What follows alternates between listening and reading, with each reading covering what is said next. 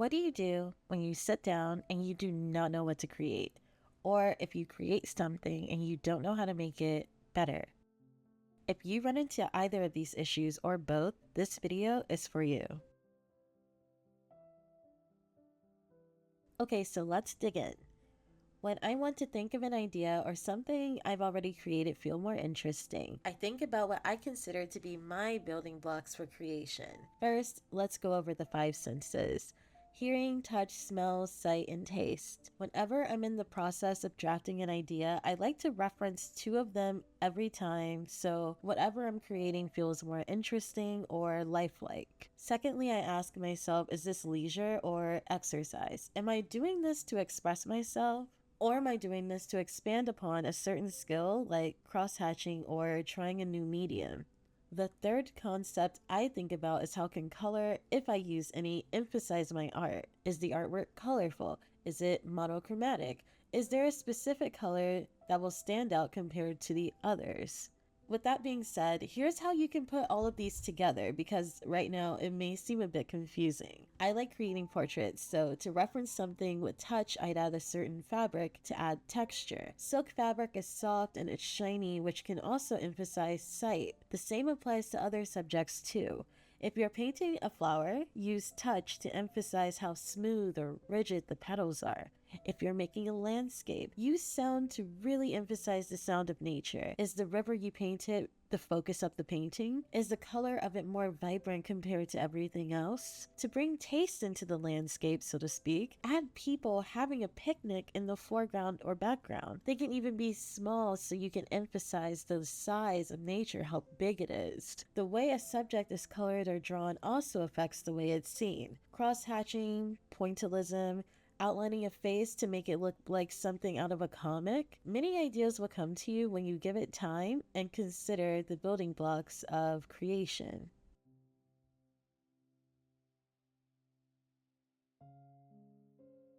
Once I decided that I wanted to sit down and create something for leisure, I went through my old diary and sketchbook entries that I like to write as they come to me, just to find inspiration on either what the video could be about, this video right now, or what I could possibly draw or paint in the future. It didn't really ring any bells, but it did give me a headway, so I looked through more art books that I always usually do this to reference old art, but this time it really didn't come to me either. The next step was going through a sketchbook. Also, I wanted to make a point about this. I feel like when you are stuck and you don't know what to do, it's good to think about what type of artist that you are. Not in a daunting or intimidating way, but when do you find yourself creating art the most? Is it when you feel a certain emotion and you want to express it? Is it when you want to pass time and learn a new skill or medium? Sometimes it can be both. I think it's important and it will give you some headway about what you want to do.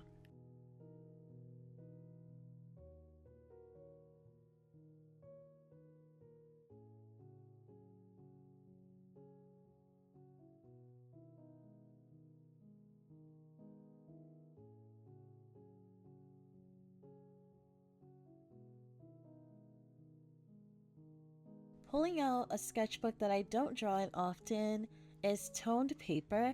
For some reason, because the paper isn't white, it feels like I'm not staring at a blank page. It's like part of the work is already done for me. I know exactly what I want to do because I do somewhat have an art style, but if you're the type that doesn't, think about something that you like. Do you like drawing eyes? Do you feel like specifically you like to draw big hair?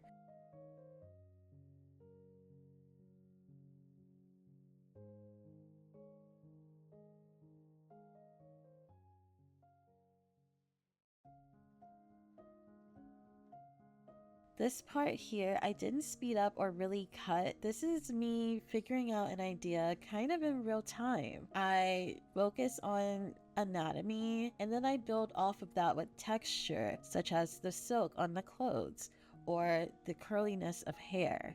I'm going to jump back earlier to what I was saying about having a specific art style or a lack of one. If you feel like your art style isn't very strong or isn't very recognizable, find a part of the body that you want to emphasize. Do you like drawing eyes a certain way? Do you like adding glossiness to lips? What type of clothing do you like your subjects to wear? Is it something more modern or is it something that's a bit older in history? Do they wear jewelry? As you go through the process of figuring out what your subject will look like or how they interact with the personality that you're giving off, take notes along the way. It'll lead you into different things. And this is how I spent the rest of my afternoon, drawing portraits, thinking about the way the expression or the pose would convey a certain message. I do this part a lot, so I tend to be pretty fast with it, and I'm sure as you do it more, you will also become faster and faster. I did find a specific pose that spoke to me, so I'm going to expand upon it for the rest of the week.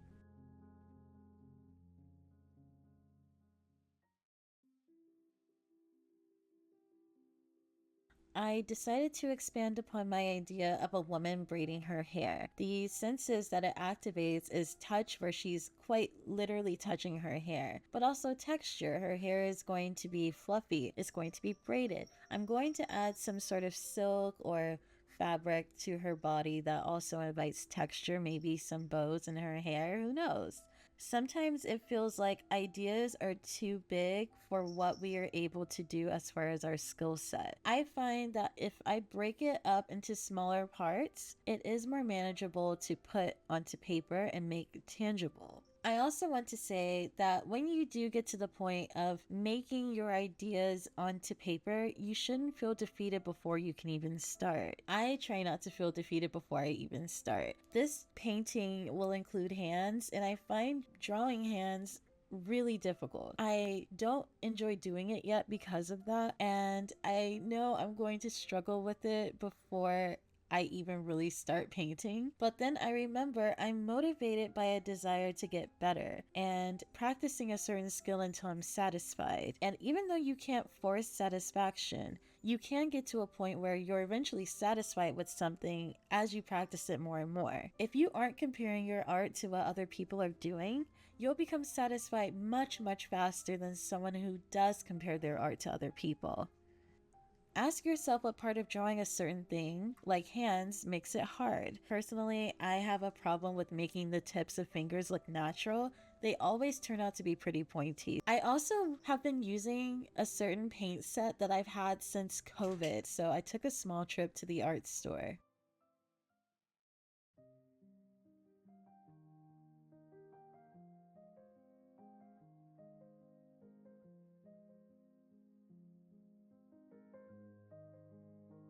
I would consider my haul from the art store pretty successful. I picked up watercolor supplies because I've always wanted to explore the medium, but I found it too difficult. The way you have to layer color, the way light interacts with shadow, for some reason I couldn't wrap my mind around it, so I picked up oils instead. If you wait for perfection, you will spiral in the meantime. You're going to wonder why you're doubting yourself so much.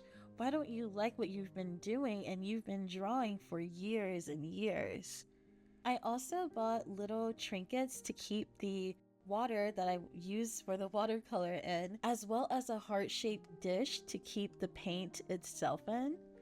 I found it really cute. I also struggled opening the watercolor, but let's move on. To get out of that spiral of self doubt, put a little spell on yourself. What things around you do you hear? What can you physically feel right now? Did a certain memory just come to you? Creating is about leaving markings or crumbs around you that you pick up and connect in different ways. A lot of people feel like the objects they create or surround themselves are a reflection of them. If I met someone who enjoyed collecting stationery or stickers, what would I think of them? If I was looking through a sketchbook of mine, what would I think? How would someone else see my art? My first day of using the watercolor, I would consider not very successful, so I wanted to try again and see if I can really grasp at least a little bit of the medium. When you look at your art, look at it from someone else and be practical rather than subjective. they would probably see my art as more natural than abstract. The color scheme is more muted than saturated, and I would build off of that. Because it's been like over a decade since I've used watercolor, I was really excited to jump right in and start painting. I feel like I had to really consider color theory, not only the way colors mix together, but also the way they look when they're layered on top of each other, more than I do when I use oils. But I think as I paint more, it'll become easier. I was not happy with my first day with the watercolor, naturally so. I felt like there wasn't a lot of contrast in the values.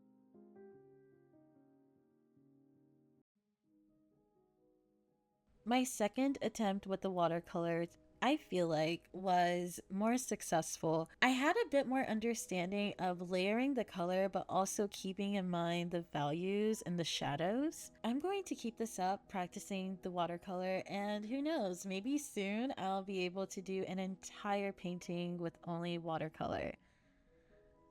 I'm planning out the rest of my week, things I want to do, things I want to work on, and also just to stay on track, I want this video as well as my painting to be done at a certain point. You are entitled to every creative idea that you can think of, even if it's been done before. If you're doing a copy, make a good copy. If you're stuck about making a reference feel personal to you, remember the five senses. You can encourage smell by adding flowers, touch by adding something textured like fabric. You can emphasize sight with something shiny like jewelry or reflective like a mirror. There are a lot of possibilities open for you, I promise. I like adding blush and silk to my art, even if it's a small study of something I'm doing that's already been created. A lot of times, the first idea that comes to you is pretty simple, and I know a lot of people say to throw out the first idea you have because it's too boring, but personally, you can accessorize the idea. Add something personal to you. If you have the desire to do something, that means deep down you're capable of doing it. Everything you want wants you more. Thank you for hanging out with me today, and take care of yourself.